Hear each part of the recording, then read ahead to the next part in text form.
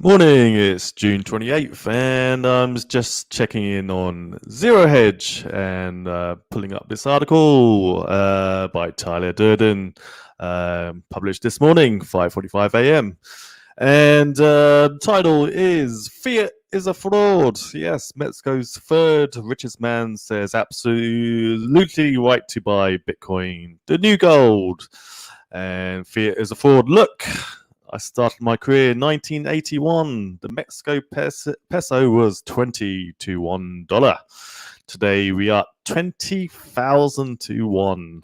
20,000 to 1. And this is the US dollar Mexican chart inverted. And you can see the absolute destruction of the Mexican peso. And they often do revaluations, I believe, early 1990, 2000. So where they just lop off a zero or two, right? And let's continue. And that is in Mexico. But if we look at Venezuela, Argentina, or Zimbabwe, the numbers lose all proportions. Those are the ominous words of Ricardo Salinas, Pliego, Mexico's third richest man, in a recent interview, which he called the dollar a joke. And so his peso, his native currency, is obviously being crushed, but he's actually calling the USD a joke too. The fiat fraud is inherent to the fiat system, and we can see it today in USA. Monetary issuance went to the moon. You understand the dollar as hard money is a joke.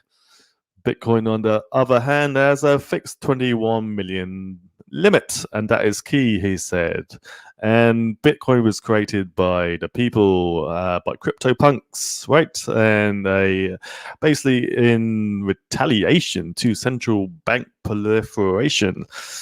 I've invested in a lot of time studying Bitcoin, and I think it is an asset that should be part of every investor's portfolio.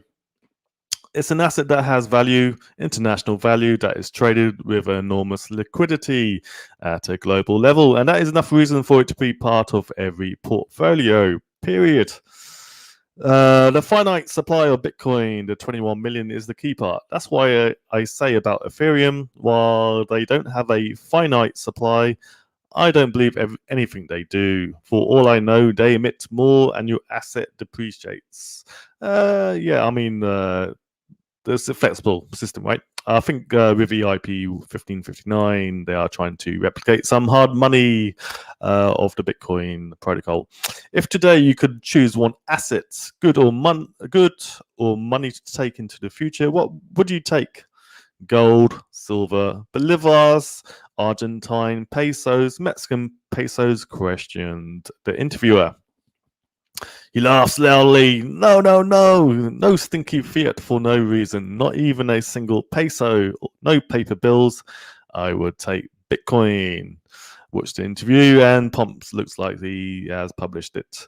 Here's a video of Mexico's third wealthiest man. Currencies are a fraud, and he wants to hold Bitcoin over the next 30 years. Ricardo Salinas. I think he was an oil magnate, I believe. I'm not too sure, but as TrustKnows.com reports, Salinas is estimated to be worth more than $13 billion, with him revealing in November last year that he invested 10% of his liquid portfolio in Bitcoin. Wow, last year. So he holds more BTC than Elon Musk.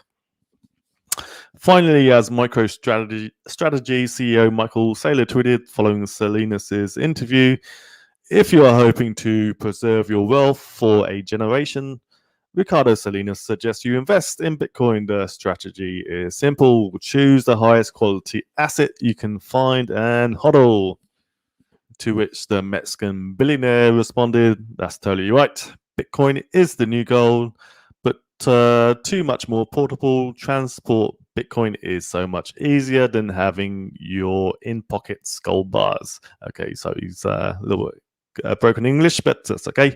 And I know that I'm going to be attacked by gold lovers. So he's trolling Peter Schiff, maybe. Okay, yeah. Thoughts, Elon Musk. Wowzers. That's pretty I mean, that's pretty relevant, isn't it, for the Bitcoin space, as more billionaires are, publicly proclaiming their holdings, right? Gold Weekly Basel III countdown. I'm actually kind of interested in when this is going to be enacted. Capital markets, so Nasdaq, US Treasury 10-year, Dow up, and oil up, Treasury's down, right? Okay. Gold started the week firm on Monday, then proceeded to chop the rest of the week. Okay, so yeah, gold doesn't really do too much, but we'll see. Maybe we'll bust through 2,000 this year. But where is this? The Basel III. Bolivia moves closer to gold confiscation with the latest law blocking bullion sales. Yeah, interesting. Bitcoin. Here we go. Basel III. Allocated gold in tangible form will essentially be classified as a zero-risk asset. Obviously, no counterparties, right? Under the new rules, but unallocated or paper gold, which banks typically deal with the most, won't. So we're talking about actual bullion bars, right? Actual bullion bars. Meaning banks holding paper gold must also hold extra reserves against it, says Brienne London, editor of Gold Newsletter. The new liquidity requirements aim to prevent dealers and banks from simply saying they have the gold or having more than one owner for the gold they have. Isn't that what the US Treasury has at Fort Knox? Yeah, kind of, right? Lots of leasing going on there. On the balance sheet, under the new regime, physical allocated gold like bars and coins will be reclassified from a tier 3 asset. Wow, that's a huge jump, right? The riskiest asset class to a tier 1 zero risk weight. Source Market Watch. That should have been obvious, should have been implemented all along, right? Interesting. Takeaway, buy gold. Takeaway 2, slow down. This has been known for years. Nobody is getting blindsided. Correct. Net gold will appreciate annually more readily now. Yes, less paper selling, right? And I think they've been suppressing it for long enough to not even care too much if it rises to 5, 6, 7, 8,000, right? Over the course of this next decade or so. But volatility to the downside will increase as the industry consolidates. Cost basis will increase, making it harder for smaller players to participate. This will be good for stackers and big banks. It will be bad for leveraged hedge funds and smaller end users. Right, yeah. Government only follows the lead of the industry. Industry has not been ready for this since 2013 when it was promised. Wow, it's been 8 years in the making. When Basel III gets implemented, it'll be because they are all in compliance, yes, and or positioned for a rally. Yeah, interesting. Maybe central banks, I believe, have been increasing their holdings over the years, right?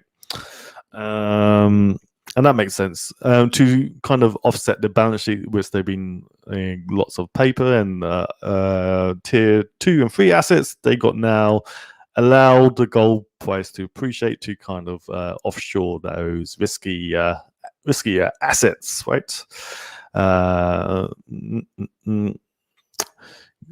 Anything else of note? Georgia, Ukraine seeking NATO membership. Interesting. More former Soviet Union countries are moving to the EU, it seems, turning their backs against the Russian Federation. Yeah.